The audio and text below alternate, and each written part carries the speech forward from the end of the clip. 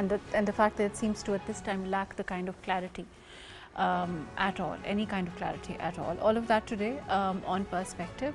I have with me Dr. Jamil Ahmed Khan, who is a former ambassador, and then later on we'll be joined by Dr. Adnan Sabra Khan, Johar Salim.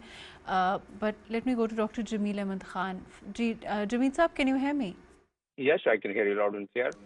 Jamil Saab, let's, of course, I want to talk about the Prime Minister, the visits by the Prime Minister and his delegation at this time also. And of course, at the outset, when we look at what the Indian delegation is saying as far as the role that the US president has played as far as mediation is concerned between Pakistan and India during this conflict.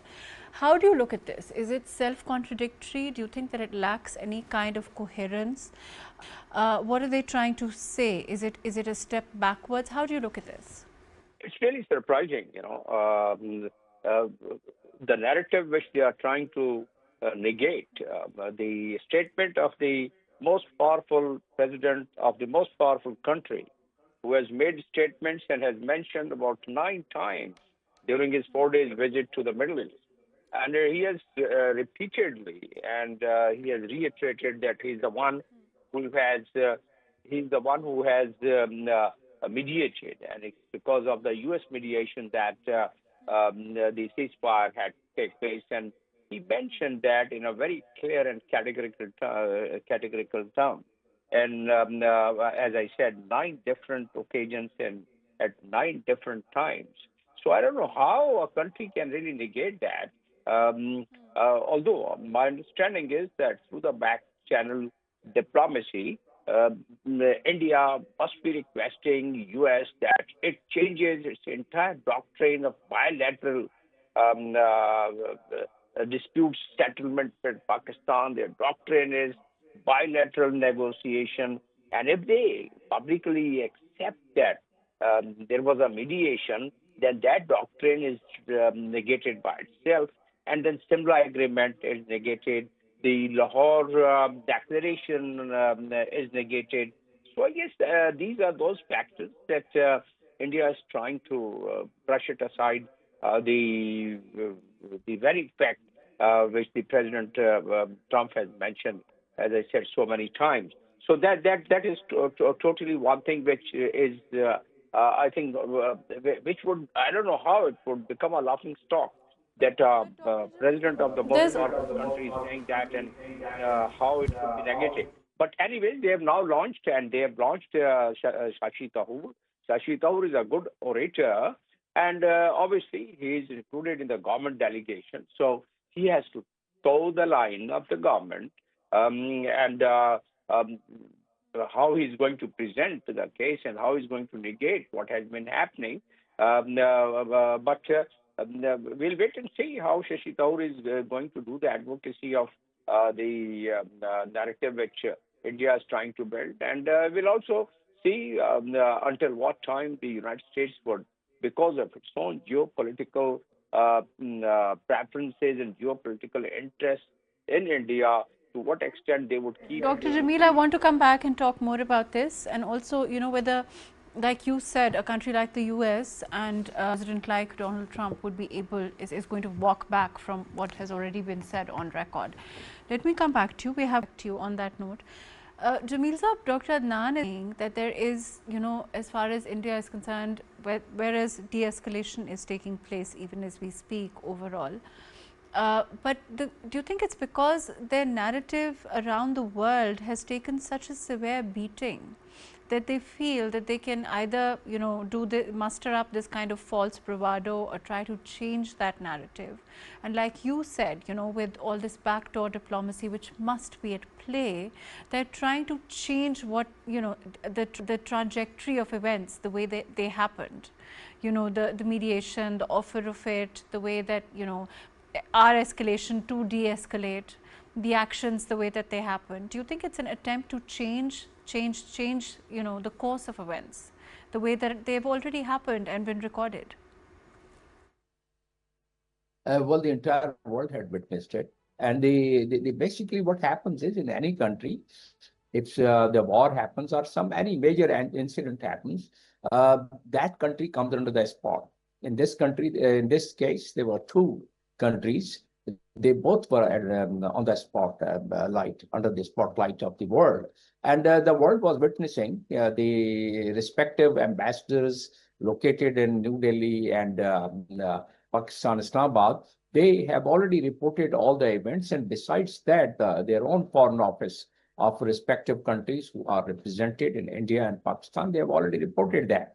Now, negating that would be impossible in this case, because if we try and connect the dots during this entire war, pre-war and post-war and post-false flag operation, we did not.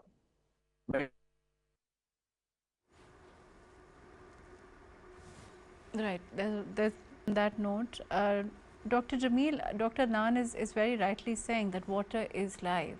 So of course, in that sense, then this is a thought out strategy by India. And do you think that it's going to be, this is also of course water terrorism, and of course as far as Pakistan is concerned, we've also said that we will react to this.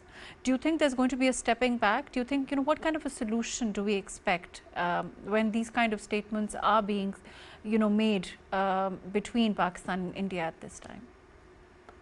Made it very clear, and that too within the boundaries of the international legal framework. They have made it very clear that water is life, and we would not like to lose our life, and we would then, in that case, take it as the declaration of war. So what else? What clarity could Pakistan give about this Indus Water Treaty and the unilateral illegal on the Indus Water Treaty? We have discussed it several times that there is no such provision. One. Second, if someone wants to really walk away from this treaty, in this case India, then there has to be another treaty to really negate that. And that's true with the consultation of both the countries. There are international laws, Helsinki law is there, the United Nations Water Courses law is there, and then more importantly, Indus Water Treaty, which has sustained With due all respect, with due respect, India seems to be flouting those international laws even as we speak. The termination itself is against the international. Country flouts the law, the other member country, which has declared already and which has already announced that this would be a declaration of war, and several times our leadership has already said, it is quite natural, and it's quite natural that if people would not like to die of deprivation of water, so what would happen? Is the world prepared for a major, full-blown, full-spectrum war between two nuclear countries if they keep flouting?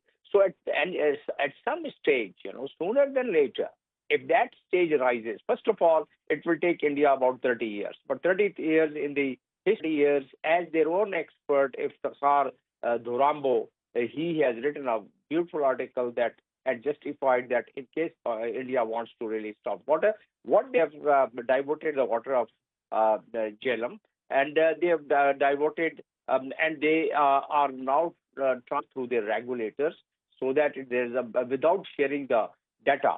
Now, Indus Water Treaty also bounds both the countries that they would share data of each other's water level and all about the rivers, all the 6 rivers.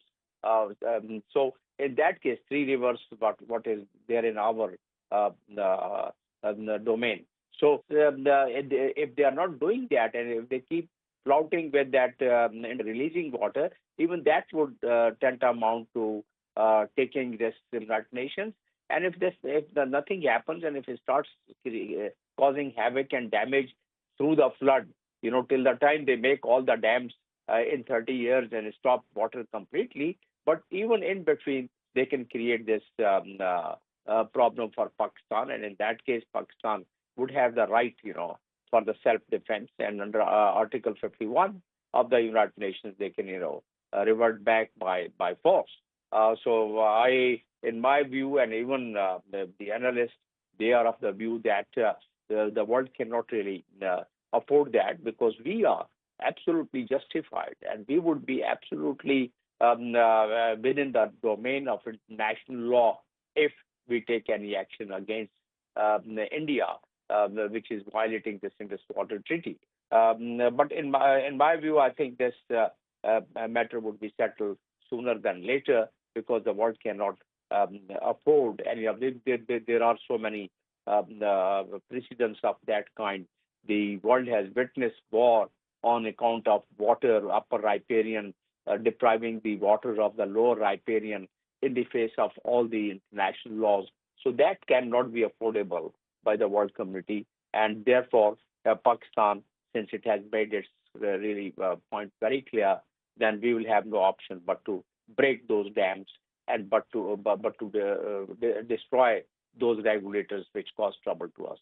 Yes.